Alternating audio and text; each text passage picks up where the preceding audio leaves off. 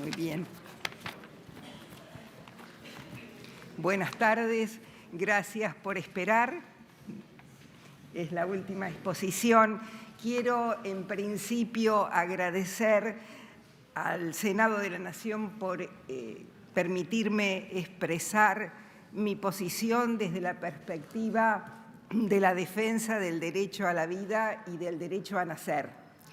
Antes querría hacer dos precisiones concretamente sobre el proyecto de ley que ha venido en revisión de la Cámara de Diputados. En primer lugar, la ley tiene como título, lo habrán leído ustedes, Interrupción voluntaria del embarazo. Me parece que es un título que no describe la realidad, porque lo que se interrumpe queda suspendido y puede volver a retornar. En realidad lo que hay en la ley es una supresión del embarazo.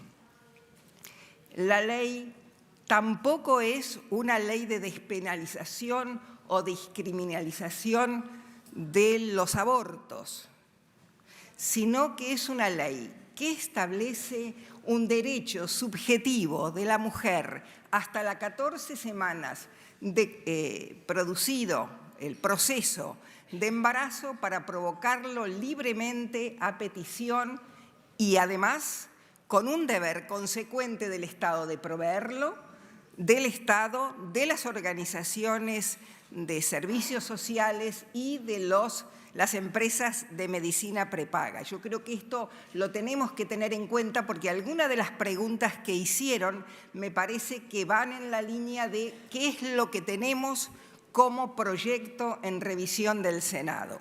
No es una ley que despenaliza, es una ley que establece un derecho subjetivo a abortar hasta las 14 primeras semanas, inclusive sin expresión de causa, y después de ello hasta el momento mismo del embarazo llevado a término por en tres hipótesis determinadas. Una es la violación, otra es la salud física de la mujer, que estaría contemplado ya en la ley penal, que ya estaría contemplada en la ley penal, y la salud, pero con un elemento que también debe de considerarse. Está allí establecido el concepto de salud, como lo establece la Organización Mundial de la Salud, así que es algo más que la salud física para integrar la salud psicológica, social, etcétera, etcétera.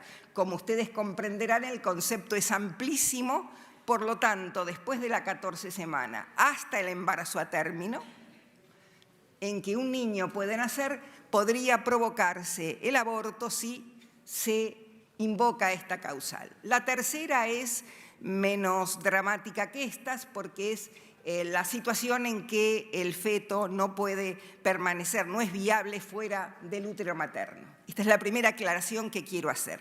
La segunda es que lo que diré, por lo menos en lo que a mí respecta, no está sostenido ni en sentimientos personales ni en creencias religiosas. Lo digo expresamente porque en este debate que hemos tenido, en que todos nos hemos enriquecido a pesar de las confrontaciones, se habla de que el problema es un problema de creencias. No, yo voy a fundamentar lo que voy a decir en el sistema constitucional y convencional argentino. Pero hago también una aclaración dentro de esta aclaración. El hecho de que una cosmovisión sea compartida por varias religiones, no la invalida como tal para fundar una ley. Podría ser válida tanto para un ateo, un agnóstico o un creyente. Pensemos nada más que en la milenaria ley mosaica, más que milenaria. Era una ley religiosa, una ley moral y una ley civil de convivencia en aquel paso por el desierto. Allí se dice no matarás. Está en todos los códigos penales de la civilización contemporánea y desde siempre. Y además algo mucho más acotado. También en esa ley mosaica se prohíbe el falso testimonio o mentir. También está en los códigos penales y en los códigos de procedimiento penal. Así que una cosa no invalida la otra. Lo que sí debo decir que tanto la Constitución como los tratados de derechos humanos están fundamentados en idearios. En la ley se prohíbe tomar en consideración los idearios, pero son idearios humanistas. Los tratados de derechos humanos establecen un piso mínimo para todas las personas, para todos los hombres y mujeres, en todo tiempo y espacio. Es un nuevo iusnaturalismo. El problema, es una cuestión problemática, es determinar cuáles son esos valores que serían universales para todos. ¿Cómo los determinamos? Para que no sea la sola subjetividad de alguien que lo quiera imponer. El debate democrático y la ley de causa y efecto, el consecuencialismo, nos ayuda, porque a veces por los efectos advertimos lo que como sociedad hacemos mal. Dicho esto, ahora sí me refiero concretamente al proyecto venido en revisión. Como señalaba recién, es un proyecto que consagra un derecho subjetivo de la mujer a procurarse un aborto garantizado por el Estado. Esta norma, que ustedes pueden rechazar o aprobar, ignora, a mi modo de ver, en términos absolutos, el tercero en cuestión, que es el concebido, el engendrado, el fertilizado, como ustedes quieran llamarlo. Ese problema para nosotros en el sistema constitucional y convencional está resuelto. La Constitución Nacional tiene varias normas, pero como tengo un tiempo acotado, me voy a referir a la más importante, el artículo 19. Yo les diría que si borramos todos los artículos del capítulo de los derechos y dejamos solo el 19, podríamos establecer un sistema de libertad para todos. Porque se señala que las acciones privadas de los hombres, en lo que aquí interesa, que de ningún modo generan daño a tercero, son libres. Es la norma que viene de nuestra Constitución histórica, que asegura la libertad, la autonomía, la privacidad. Autonomía y privacidad están puestas en este proyecto en revisión, pero con un límite, el daño a tercero. Por eso les decía que lo esencial es saber cuándo estamos en presencia de un tercero. El doctor y la declaración que ha sacado la Academia de Medicina nos lo dice desde el juramento hipocrático, que ahora tiene otra expresión, pero en el fondo es lo mismo. Asistir, curar, sanar, no entorpecer la vida de nadie. Y luego los tratados de derechos humanos. El primero, la Convención Americana, lo habrán oído muchísimas veces, también se habló mucho de este artículo, el 4.1, en las audiencias de diputados. Allí se protege, dice, la ley debe proteger a la persona desde la concepción en general. Me hago cargo que la palabrita en general limita el concepto de la protección. ¿Y por qué fue esto así? Porque los tratados siempre son un piso mínimo para que más estados puedan firmarlos. Ustedes saben, Estados Unidos no ratificó este tratado. ¿Y por qué no lo ratificó? Precisamente por este artículo de que la vida debe protegerse desde la concepción, y por otro, que dice que los estados que no tienen pena de muerte la deben ir derogando paulatinamente. En Estados Unidos, ustedes saben, muchos estados han incrementado la pena de muerte.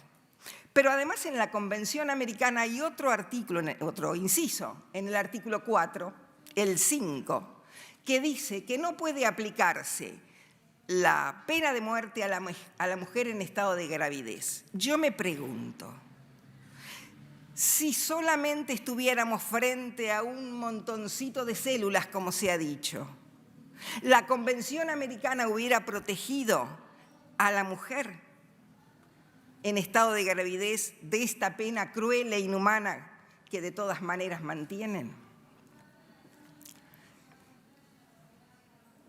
Por supuesto que tenemos otra norma convencional que protege la vida humana desde la concepción, y es la Convención de los Derechos del Niño. es curioso porque este tema lo está tratando el Congreso de la Nación. Bueno, el Congreso de la Nación, cuando se firmó la Convención de los Derechos del Niño, por una ley que está vigente, la 23.849, le mandó al Poder Ejecutivo que al momento de ratificar declarara que para la República Argentina se es niño desde la concepción hasta los 18 años. Lo mandó el Congreso, la ley está vigente. Y este es el gran ausente del debate, el no nacido, el concebido, el más pobre entre los pobres. Cualquiera de nosotros, hasta un niño en situación de calle puede esquivar su destino terrible. Pero alguien que está concebido en el seno materno, si su madre decide suprimirlo, no tiene defensa alguna. Y podemos comprender a la madre, ¿cómo no la vamos a comprender? Ante situaciones de vulnerabilidad, ante embarazos no queridos. Comprender no significa justificar, tampoco criminalizar a la mujer, quizás sí a los que la inducen, al personal médico. Diríamos, esta norma, que es norma vigente en el país, me parece que nos interpela con esta pregunta. ¿Cómo protegemos al no nacido? Si hubiera algún modo de quitar la norma del Código Penal, no habría ningún problema. El punto es cómo protegemos a esta persona sin el tipo penal, aunque ese tipo penal no se aplique a la mujer o haya atenuantes para no aplicárselos, como ocurre en la realidad, porque lo cierto es que los médicos, por secreto médico, no denuncian las situaciones de abortos clandestinos que tienen que resolver cuando las mujeres van a tratarse, lo que me parece un adelanto, por supuesto. Finalmente querría referirme a estos argumentos para defender la ley en revisión que se han usado muchísimo en el debate en el Senado y fuera también de estos recintos. Y es la cantidad de recomendaciones, informes, de organismos en general internacionales que parecen aconsejarle a la Argentina que dicte una ley de aborto. Debo decir, en primer lugar, que para la República Argentina y según el sistema constitucional, lo único obligatorio es la sentencia de la Corte Interamericana en el caso en que la República Argentina sea condenada específicamente. Y aquí cito un dictamen del ex procurador general reconocido por todos, Esteban Rigui, que lo señaló en el caso Acosta. Es decir, la Argentina está obligada por las sentencias de la Corte Interamericana que la condenan, pero no por todos los otros documentos. Son recomendaciones, hay que hacerse cargo. Tendrán valor si son valiosas las manifestaciones que allí establecen, si no son subjetivas, si no imponen un propio ideario. Y además, en esta misma línea, señalaría que hay una manera de conciliar estas cuestiones que están en el voto del juez Rosati. Este Senado le acaba de dar hace poco, hace nada, una confirmación al pliego que envió el Poder Ejecutivo. Bueno, el juez Rosati ha dicho en una sentencia que las obligaciones emanadas de un fallo de la Corte Interamericana de Derechos Humanos lo son mientras esas decisiones se emitan dentro de la competencia del Tribunal Regional. Y además, esto lo compartió toda la Corte, pero esto que voy a decir ahora solamente por ahora es del doctor Rosati, pero me parece que nos puede ayudar a pensar. Él habla del margen de apreciación interno que tienen, o margen de apreciación nacional que tienen los estados para aplicar los tratados de derechos humanos conforme a su propia cosmovisión. Dije al principio que los sistemas jurídicos no son neutros al valor. Agrego que tampoco lo son al conocimiento de lo que la ciencia alumbra en su desarrollo. Entre estas dos coordenadas, de evitar el daño a tercero y lo que la ciencia nos enseña, la cuestión crucial, otra vez, es determinar desde cuándo el Estado está obligado a proteger la vida naciente. Ese momento único, irrepetible de todos nosotros, el momento alfa de nuestra existencia. Lo dijo el doctor, cuando comienza el proceso de fertilización. Yo les pido respetuosamente a los señores senadores y a las señoras senadoras que lean hoy un editorial del diario La Nación a propósito de las distintas organizaciones que ayudan, que proponen, que propician los abortos, para que distingamos unas de otras el cambio que se operó en el Banco Mundial precisamente.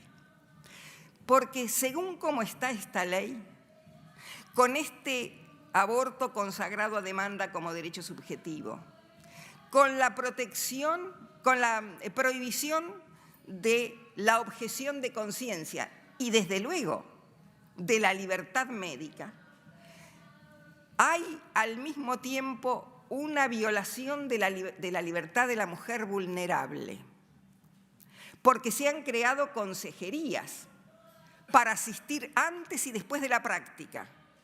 Pero estas consejerías solo y solo pueden informar, ayudar, sostener en materia de aborto. A los médicos les está prohibido dar cualquier otra información o alternativa de las que mencionó el doctor. Y entonces yo les pido que lo miren con mucha atención, que piensen y balanceen el valor de la vida de la mujer, el valor de la vida del niño, tomando en consideración finalmente el artículo 75, inciso 23, que establece un deber del Congreso de proteger la vida del niño y de la mujer desde el embarazo y hasta los 18 años del niño. Muchas gracias. Muchas gracias, doctora.